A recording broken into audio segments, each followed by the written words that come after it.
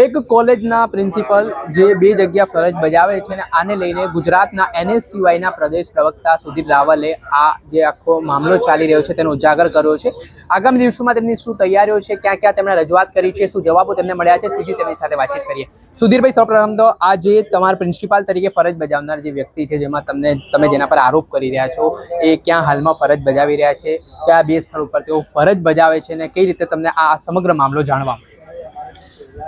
કલોલની સ્વામિનારાયણ યુનિવર્સિટીમાં ફરજ બજાવતા ડૉક્ટર ગુંજન ઉમેશ કુમાર શાહ, જે સ્વામિનારાયણ યુનિવર્સિટીની મંજૂરી યુનિવર્સિટીનો દરજ્જો સ્વામિનારાયણને મળ્યો ત્યારથી પરીક્ષા નિયામક તરીકે ફરજ બજાવે છે। અને આ ગુંજન શાહ હેમચંદ્રાચાર્ય યુનિવર્સિટી પાટણ ખાતે ધીણોજ ગામમાં આવેલ વિદ્યાસાગર BEd કોલેજમાં પ્રિન્સિપાલ તરીકે 8/1/2021ના રોજ યુનિવર્સિટીના રજિસ્ટ્રાર દ્વારા એન્ડોસ કરવામાં આવે છે। આ ગુંજન શાહ દ્વારા યુનિવર્સિટીમાં રાજીનામું પ્રિન્સિપાલ તરીકે મૂકવામાં આવ્યું નથી। હાલ પણ પાટણ યુનિવર્સિટી હેમચંદ્રાચાર્ય યુનિવર્સિટીમાં એન્ડોસ તરીકે આ પ્રિન્સિપાલ ગુંજન શાહનું નામ બોલે છે। અને આ ગુંજન શાહ કલોલ સ્વામિનારાયણ યુનિવર્સિટીમાં 10:30 થી 6:10 પરીક્ષા નિયામક તરીકે બેસી રહે છે। UGCના નિયમ વિરુદ્ધ આ ગુંજન શાહ બે ફરજ બજાવે છે। અમે આગામી દિવસોમાં રાજ્યપાલને રજૂઆત કરીશું કે સ્વામિનારાયણ યુનિવર્સિટીમાં પરીક્ષા નિયામક જે ફરજ બજાવે છે તે પ્રિન્સિપાલ તરીકે કઈ રીતે ફરજ બજાવી શકે। સ્વામિનારાયણ યુનિવર્સિટી ભૂતકાળમાં પણ વિવાદોમાં રહેલી છે। અમે રાજ્યપાલને રજૂઆત કરીશું અને એક કડક દાખલો ગુજરાતમાં બેસે એવી કાર્યવાહી ગુંજન શાહ ઉપર કરે અને સ્વામિનારાયણ યુનિવર્સિટીના સંચાલક ઉપર પણ કરે। આ યુનિવર્સિટી કેન્દ્રીય ગૃહ રાજ્યમંત્રી અમિત શાહ સાહેબના વિસ્તારમાં આવેલી છે। મને વિશ્વાસ છે કે અમિત શાહ સાહેબ આ બાબતે અજાણ હશે, પરંતુ NSCMનું ધ્યાન દોરાવશે અને અમિત શાહ સાહેબ પણ આ બાબતે આદેશ આપશે કે આ યુનિવર્સિટી સામે એક કડક દાખલો બેસાડો। અને આ યુનિવર્સિટીના વધુ એક સાયન્સના ડીન પ્રદીપ અગ્રવાલ એ અમદાવાદ શહેરમાં એક સ્કૂલ આવેલી છે, ત્યાં લિવિંગ સર્ટી ઉપર બાળકોને શાળા છોડ્યાનું પ્રમાણપત્ર આપેલ છે, તો એ પ્રિન્સિપાલ પણ બની જાય છે। એનું પણ આગામી દિવસોમાં NSCM પુરાવા સાથે એનું કૌભાંડ જાહેર કરશે। સુધીરભાઈ, આ જે ઘટના સામે આવી છે, કાયદાકીય રીતે જે એજ્યુકેશન સિસ્ટમ છે તે મુજબ પ્રિન્સિપલ બે જગ્યા શું ફરજ ના બજાવી શકે? શું કાયદો શું કહે છે આમાં? જો પરીક્ષા નિયામક એ મહત્વની પોસ્ટ છે, એવી રીતે પ્રિન્સિપાલ પણ એક મહત્વની પોસ્ટ છે।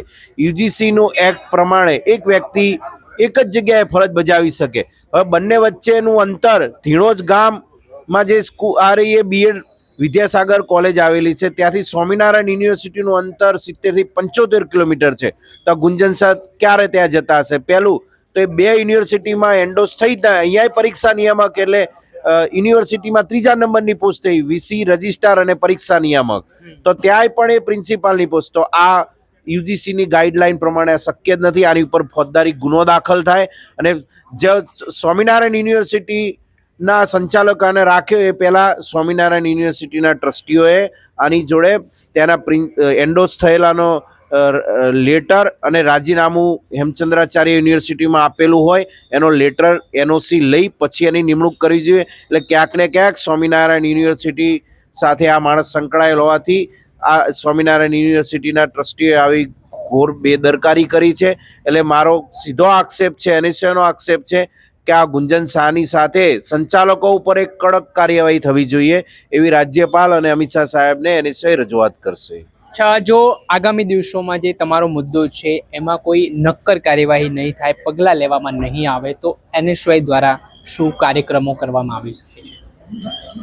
જો સરકાર દ્વારા કોઈ નિરાકરણ કરવામાં નહીં આવે અને આ સંચાલક અને આ પરીક્ષા નિયામક ગુંજન શાહ ઉપર કાયદેસરની કાર્યવાહી કરવામાં નહીં આવે તો NSCM ઉપવાસ આંદોલન શિક્ષણ મંત્રીના ત્યાં કરશે, શિક્ષણ સચિવના ત્યાં કરશે। મુખ્યત્વે પ્રિન્સિપાલ સેક્રેટરી અધિક મુખ્ય સચિવ મુકેશ કુમાર સાહેબની પણ આમાં જવાબદારી બને છે। અમે આવતીકાલ મુકેશ કુમાર સાહેબને પણ આ બાબતે રજૂઆત કરશું કે આપને આ ધ્યાન NSCM દોરાવે ત્યારે કે આ ખરેખર તો મુકેશ કુમાર સાહેબની નોલેજમાં આવું હોવું જોઈએ। આવી ઘોર બેદરકારી એક અધિક મુખ્ય સચિવ લેવલના માણસ જો ચલાવી લેતા હોય તો આ તો કેટલા અંશે વ્યાજબી છે।